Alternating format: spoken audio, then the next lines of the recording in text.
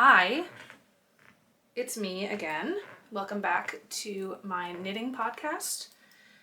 I'm Katie. I am a Boston-based knitter and yarn designer. Hi, I'm Katie. I'm a Boston-based knitter and yarn dyer. I run Claws Out Yarn Company, which is an indie yarn dyeing company. Everything comes out of my kitchen, and I am here to yap for a little while. You actually can't see it, but I have this sign says yappy hour. Thank you. We're back in my office today. For my last video, I was filming on my couch because I needed to spread out a little and show off some of the yarn that I was planning on knitting. But I'm back here.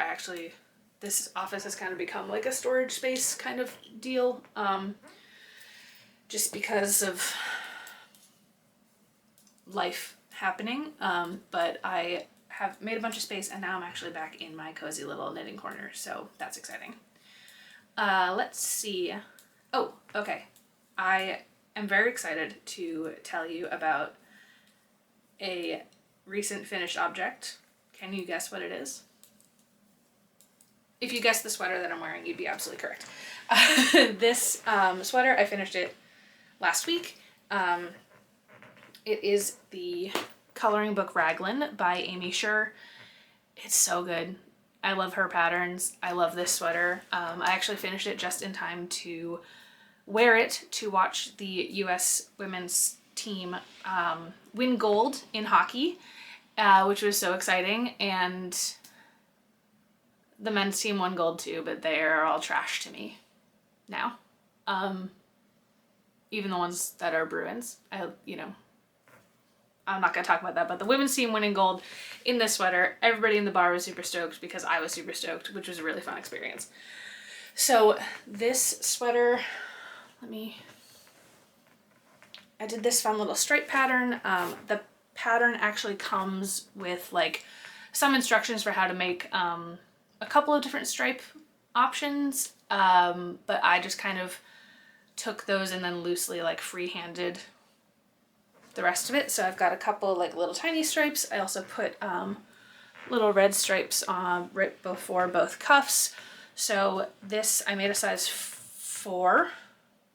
I think I knit this all in Cascade 220. I think I was working on this sweater in the last video I posted. It was like I had it and I was talking about it for a second. So this is all Cascade 220 yarn that I bought at Tight Knit, which is a yarn store in Roslindale, which is just outside Boston. It's really close to where I live. Love them. Big fan if you're in town. This color, hang on, let me pull up the colors. I know I talked about this in the last video because their colors are all numbers, and I remember saying that. So, yes, okay, the blue color, which is so, look at that. It's so beautiful. It's like it's heathery. There's like a tiny bit of green in it. It's really nice. Is color 2248. The white is color 8010, and the red, which I really like this red, it's kind of hard to see. It's like a cool toned red, which I really like, is color 8895. So it's all Cascade 220 worsted weight, this whole sweater. It's gorgeous. It's got twisted rib on the cuffs. It also has like a twisted rib detail that goes down the sleeves and down the body. I haven't blocked this sweater but I'm very excited. This is my first finished garment of the year. I've been making a lot of hats and things. Like I've made a lot of hats this year, but so far this year, it's February 24th. But this is my first finished sweater, which is really exciting. It was part of, it was something that I wanted to finish in February, and I did. It took me about a month, I think, to knit it. I think I started it around like January 19th or 20th or something. So Big fan, very excited. It's super cozy, which is great because we, like much of the eastern seaboard, have been hit by a giant blizzard. So it's cold outside and there's like 2 feet of snow on top of the rest of the snow that fell like a month ago that hasn't melted. So it's gnarly out there. Oh, and then while we yap together during this video, I am working on the body of another sweater that I would like to finish at some point soon. I'm really excited about this one. She's really beautiful. This is the Harvest Flowers sweater by Jessie May. It's one of her newest patterns. It's got this gorgeous colorwork motif. One thing I really like about this is that there are multiple options in the pattern for the colorwork chart. So you can do a shorter chart if you wanted to, or you could do a chart that doesn't have these like additional flowers here. I decided to keep these flowers, I like them. But you can do with or without the flowers, and you can do a longer or a shorter chart. So I did the shorter chart with the little extra flowers. I don't really like when a colorwork yoke like goes all the way down to like my natural waist. So the shorter yoke is only like, I don't know, it was maybe like 6 or 8 rows or something less than the longer one, but I did that anyway. I really, really like it. Really quick, let's go through the yarns I'm using. Okay, this light green, you can kind of see it, is The Surface by Summit and Skein, who I mentioned a bunch in my last video. She's awesome. The pink is Nauset Light by Honey and Quill, who's also a Boston-based yarn dyer. The dark brown here is Bear Den by Baby Cat Yarns, which is actually left over from another sweater that I made last year. So I had that. And then this like variegated brown situation is Practical Magic, which is also by Honey and Quill, and all of this is DK weight. So I finished the chart, which took a bit. It is, if you are intimidated by 3 color stranded color work, this might be a little intense for you. You can tell there's bunching and it's like a little awkward and stuff. I did my best with this, but it was fun for me, but it was also like, oh God, so much color work.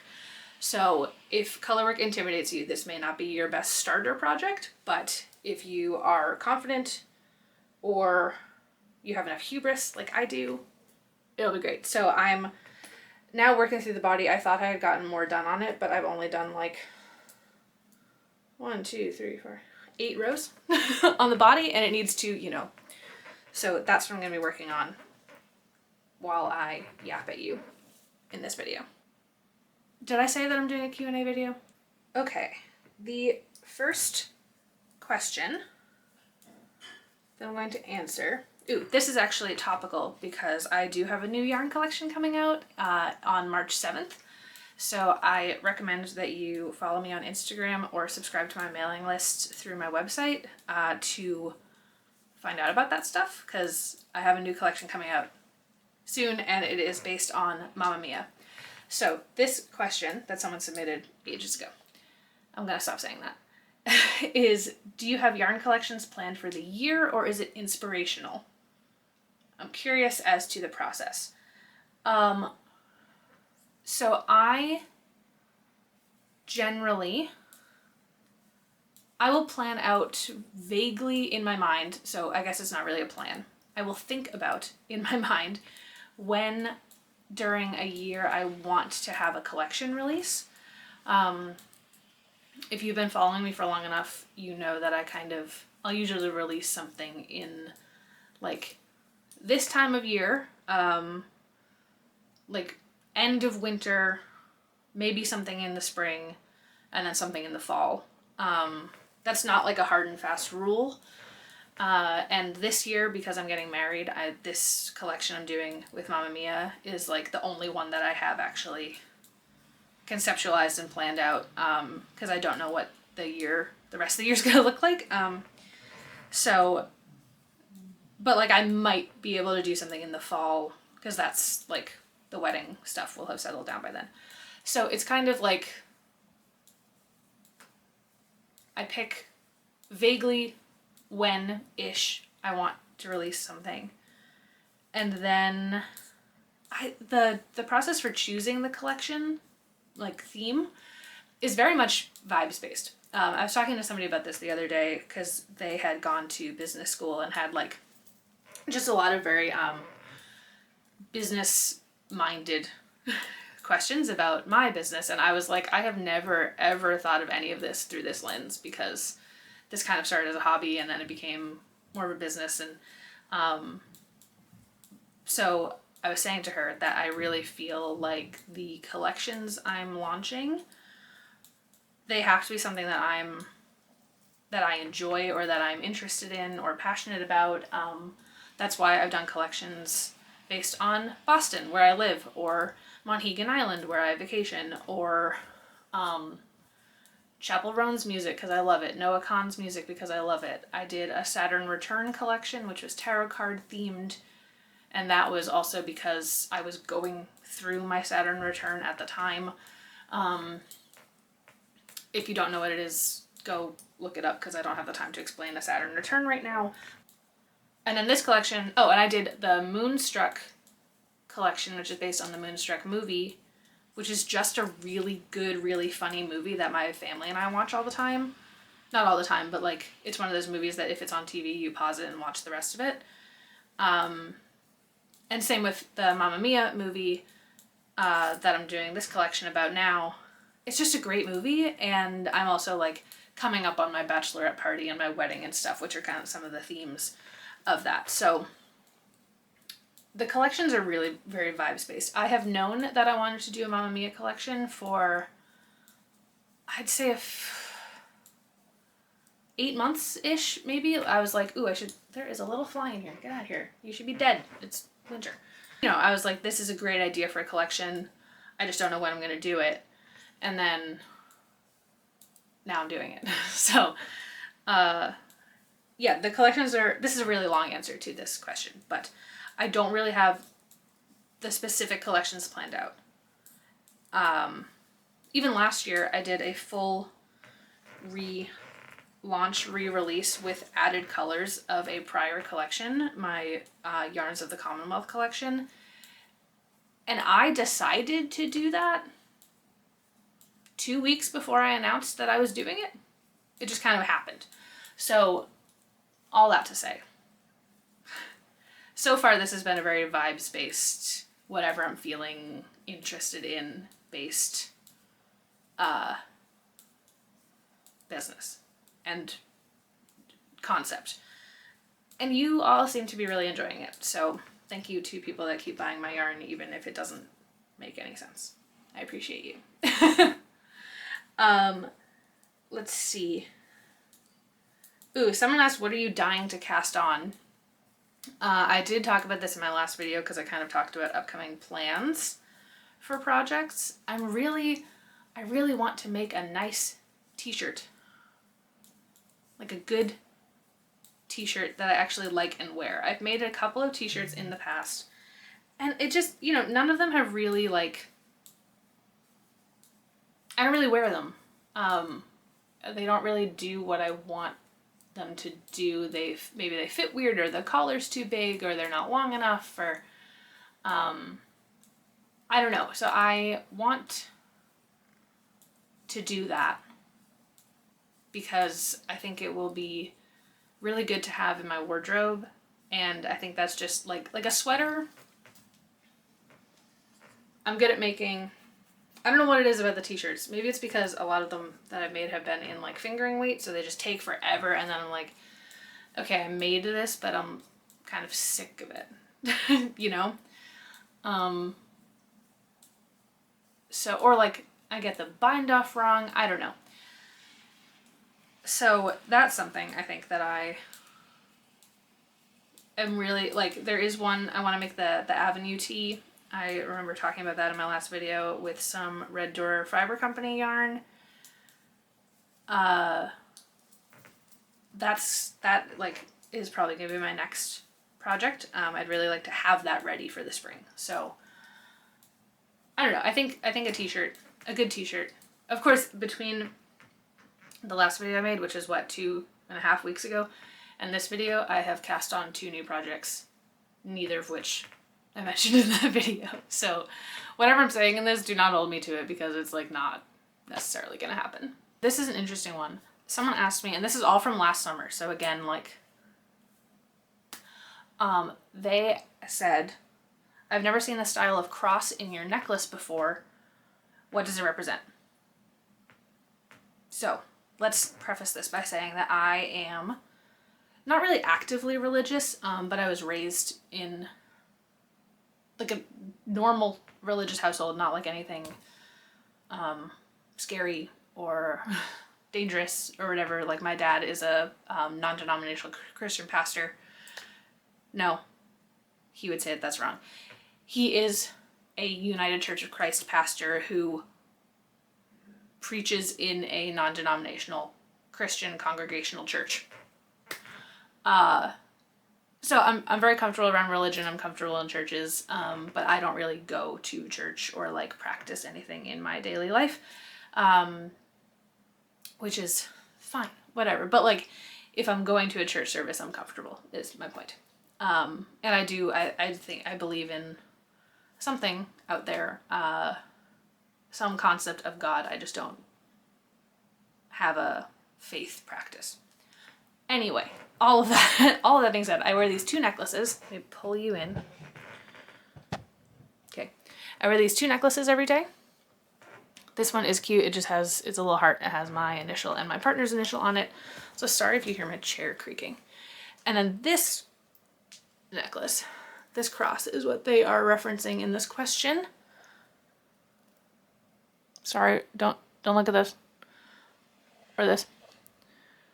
All right, there it is. So this is a Jerusalem cross, which is a style of cross specifically representing the city of Jerusalem, which is in occupied Palestine. And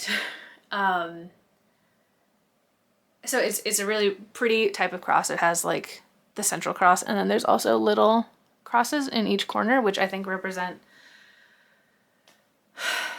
I think they represent like the cardinal directions and like north, south, east, and west.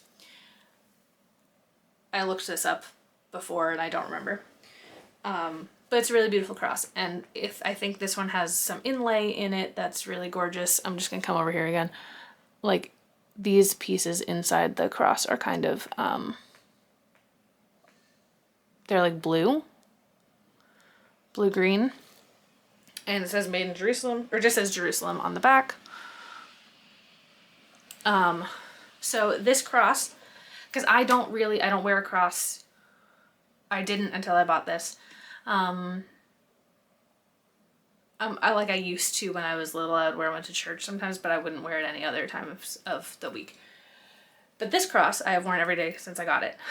And I got it at, in December 2024, in my community, there were a couple of Palestinian men who were visiting a local church, and they had brought like crafts and goods and handmade things from Palestine to Boston, and they were selling them in order to send the funds back to their families who are in Gaza and are suffering under Israeli occupation. And some of the things were really beautiful. There were like, you know, shawls and scarves with embroidered Tatriz designs on them, and wooden carvings made out of olive wood. I actually got a star ornament for our Christmas tree that's made of olive wood. It's really gorgeous, very soft. And there was some other jewelry and stuff, but this one, there was only one of these. It was just the pendant by itself. And I was just like, I need that. So I bought it, and it's handmade in Palestine, and it's absolutely gorgeous. I have only take it off. Do I take it off? I almost never take it off. I took it off when I was trying on other jewelry with my wedding dress, and that was it. So I've been wearing this for like 15 months, 14 months now. And it's absolutely gorgeous. I put it on, this chain is from, I bought this chain when I was in Mexico, which was also handmade in Mexico. So it's just this really lovely necklace that's made of like gorgeous handcrafted materials from two very different parts of the world that I care about. And I think that that's really beautiful. So thank you for asking. It's one of my favorite pieces of jewelry, both of these. And I think they look nice together. How did you get into yarn dyeing, and why did I start my business? So I started my Instagram account, which used to be Katie Knits in Boston. Oh my god, I started it 5 years ago. I remember it was shortly before my last ex broke up with me. And I started just to like have a designated place to share the knitting that I was doing. And then that kind of like introduced me to the world of basically to Knitstagram, I guess, and then to like into yarn dyeing as a concept, because I didn't really know very much about it then.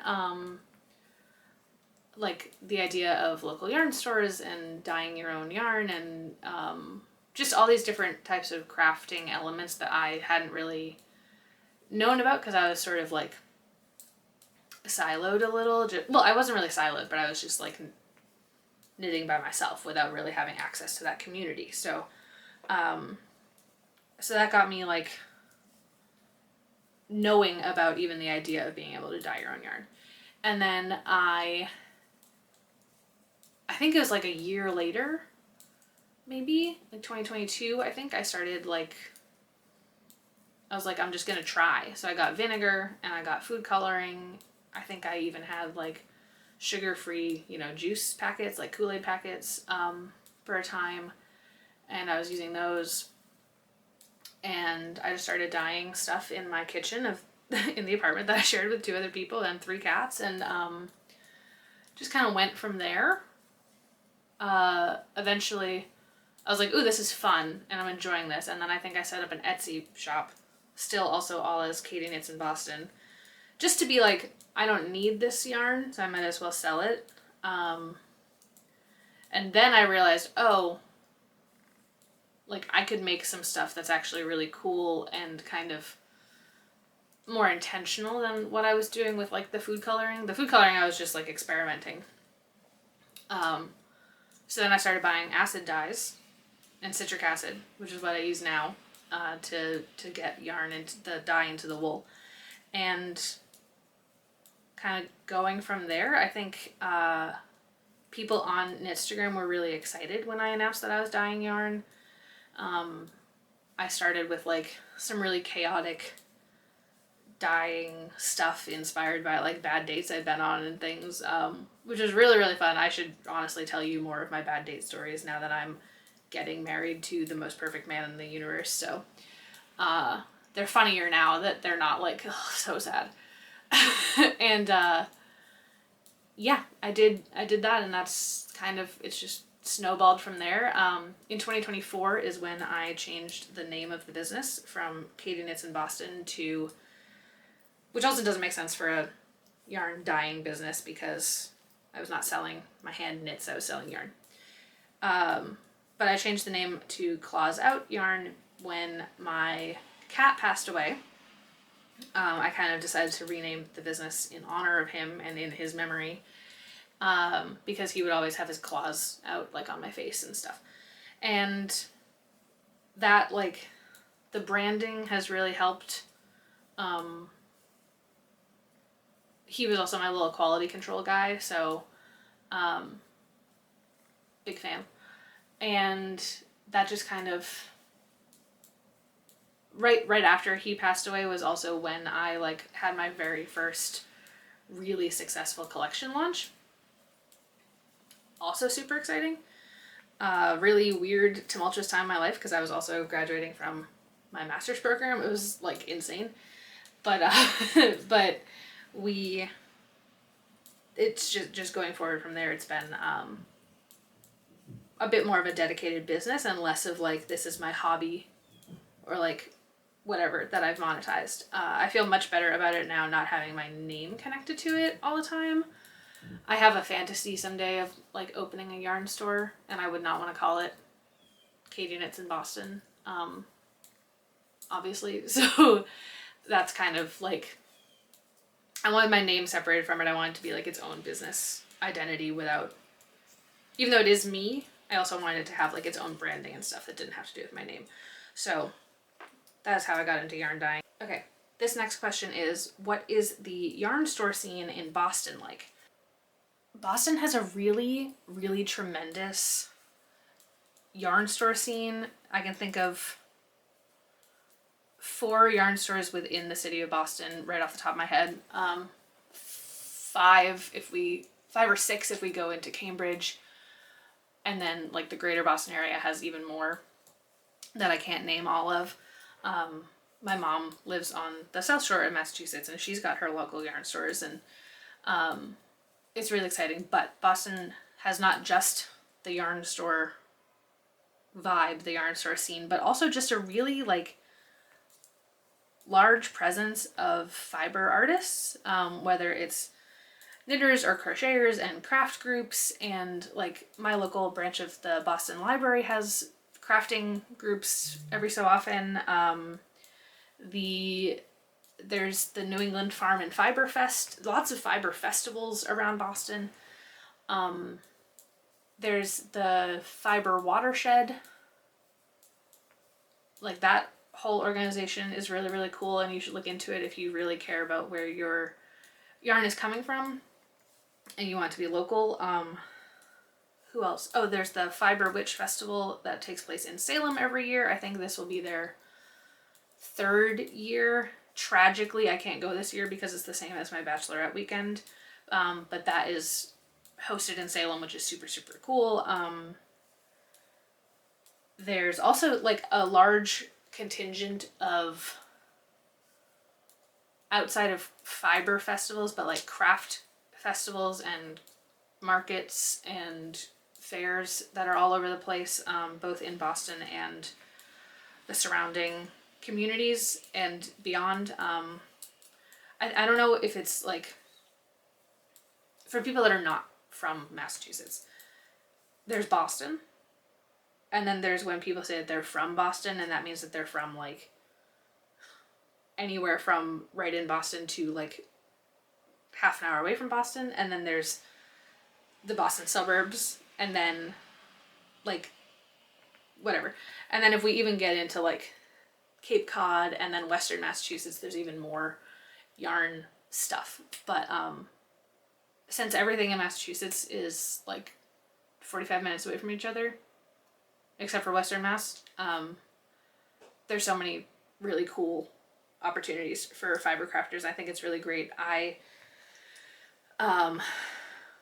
been involved in a number of crafting groups. There are like local craft meetups at my favorite local yarn store, which is Boston Fiber Company. I have yarn there. You should go check them out. I liked them before I had yarn there. But there's a wide variety of like maker shops and craft groups and craft stores that are like not Michael's. They're, you know, more specialized and run by experts. There's like, I don't know, it's really, really cool to live here. Like I know that I can always, like in my local Facebook groups for the local neighborhood, I can always be like, does anybody have this craft tool? I need one. And like 15 people will be like, oh yeah, me, I can drop it off. Or yeah, the groups at the library, like I said, or the groups, I don't know, it's really, really nice. Even like within one of my friend groups, we just started a little craft thing where we're gonna go to a different person's house or apartment every month and like just hang out And some of it will be fiber craft stuff, and some of it will be like, do you just want to sit and work on a coloring book, or like do some cross stitch? We can do that too. So the yarn store scene in Boston is thriving, and the like craft vibe crafting circle community is also vibing and amazing, which is so nice. It really is like if you want to get connected to your community, find your local crafting group and go hang out with them, because they will be cool and they will be helpful and they will be nice, and you will learn from them, and you will also probably get some good gossip, which to me is very important. So I highly recommend getting involved in something like that for your own good. It's great. It's so much fun. Boston is just a really special place for that. And I'm very lucky. What's the toughest color I've ever dyed? That would be, I don't know why I'm pausing. That's a really easy question. Toughest color I've ever dyed has been my Make Way for Ducklings color, which is here it is. It's inspired by the Make Way for Ducklings statue in Boston, which is a famous statue, as you can see. And it's a really cool color. It's like exactly the color of those bronze statues that you see all over the place in cities, especially when people kind of rub them and touch them, and then they kind of start to change color and they kind of get a little gold. It's like that color. I'm really, really proud of that color. It's great. However, one of the central dye colors that I use for this specific colorway is a little bitch. I'm gonna say that on God's YouTube. It's a little bitch. The dye, it'll split sometimes, so like different particles will kind of come out in different colors than I want them to. And like sometimes the dye, like the colorway will just end up looking blue a little bit. It's also the only colorway that I have not been able to dye on my non-merino bases, which is so annoying. I have 6 yarn bases that I dye my colors on. For now, I would love to add more, but that's what I'm working with right now. So I have 3 superwash merino bases, a sock weight, a DK weight, and a worsted weight. And when I first created this color, I only had those 3 bases. So it dyed on them and it was great. And I was like, awesome, this color is a little finicky, but I've nailed it. And then when I re-released that collection, this is the Boston collection, obviously, last year, I had added 2 bases. A blue-faced Leicester base, which is really nice. It's obviously not merino wool. It's still superwash, but it's a little toothier. And there's no nylon in it. It's only the wool. So that base. And then I've also added a mohair base, which I was really excited about because I love a fuzzy mohair situation. And so the Make Way for Ducklings color does not work on those 2 bases. It comes out like a weird kind of, actually, let me grab this. It turns out like this color. This is not anything, but it's like a green. Like something happens to the dye, and for some reason that central dye, the brown one that kind of turns blue sometimes, it just, for some reason, it becomes green. The brown does not come through on those bases. I don't know what it is. I've tried reworking the recipe. I've tried different heat. I've tried different like ratios of dye to like whatever. I've tried everything. It doesn't work. So that base, that color is only available on my superwash merino bases, which is just really annoying because I want to see it on a mohair. I want to see it on like a fuzzy base or a different base. And it said no. Sometimes it's just like, why is my yarn a little bitch? What is my most worn knit? So I think broadly, usually the knit that I'm wearing the most often is whichever one I most recently finished. So like right now it's this, which I have worn. I finished it on literally on Wednesday. Today is Tuesday. And I wore it on Thursday. I think I wore it on Friday. I wore it on Saturday, and I'm wearing it now. So it's gotten 4 wears in 6 days of life already. So just because I'm excited about it, I want to wear it. Also, obviously, I had to wear it when I was watching the women's hockey game, which was so good. So that's kind of like in the moment. My most worn knit is always whatever I'm already wearing, or whatever I just finished. Right now, though, let's see.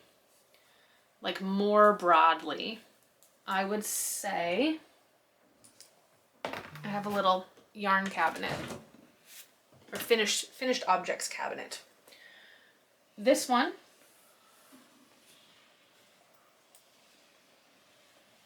I love this sweater, another striped sweater, shocking.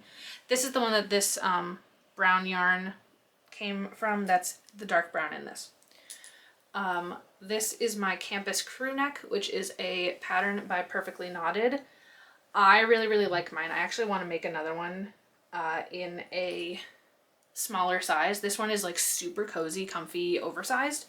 And I would love to make another one that's a bit more like tighter to my body.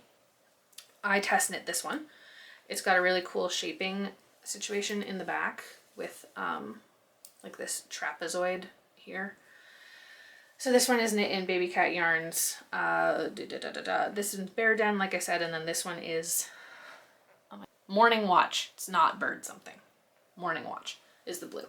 I really like this one. I wear this one a lot. It's really comfy to just throw on. It also looks good like over a skirt or in jeans. I'm kind of leaning into like big sweater, big pants lately, so this looks really good with barrel jeans, which I wear a lot. Love that sweater.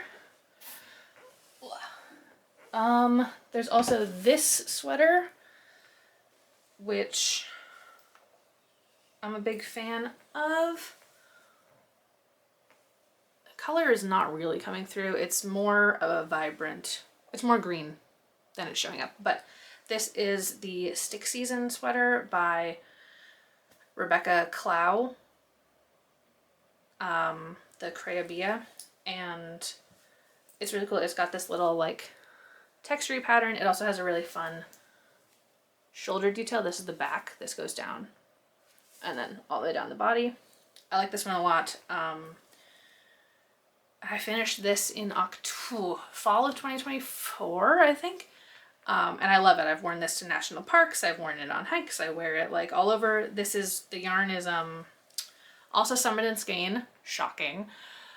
This is her color, the Narrows, which is inspired by Ketchikan, Alaska.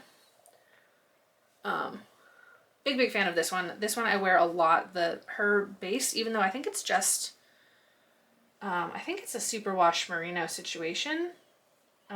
Let's see. I have this all in a trusty spreadsheet. Yes, this is just 100% superwash merino, but it feels a little toothier than like your typical merino, which is really nice. So it has like a good this to it, a good texture, a good toothiness, and it's a really pretty sweater. Big fan.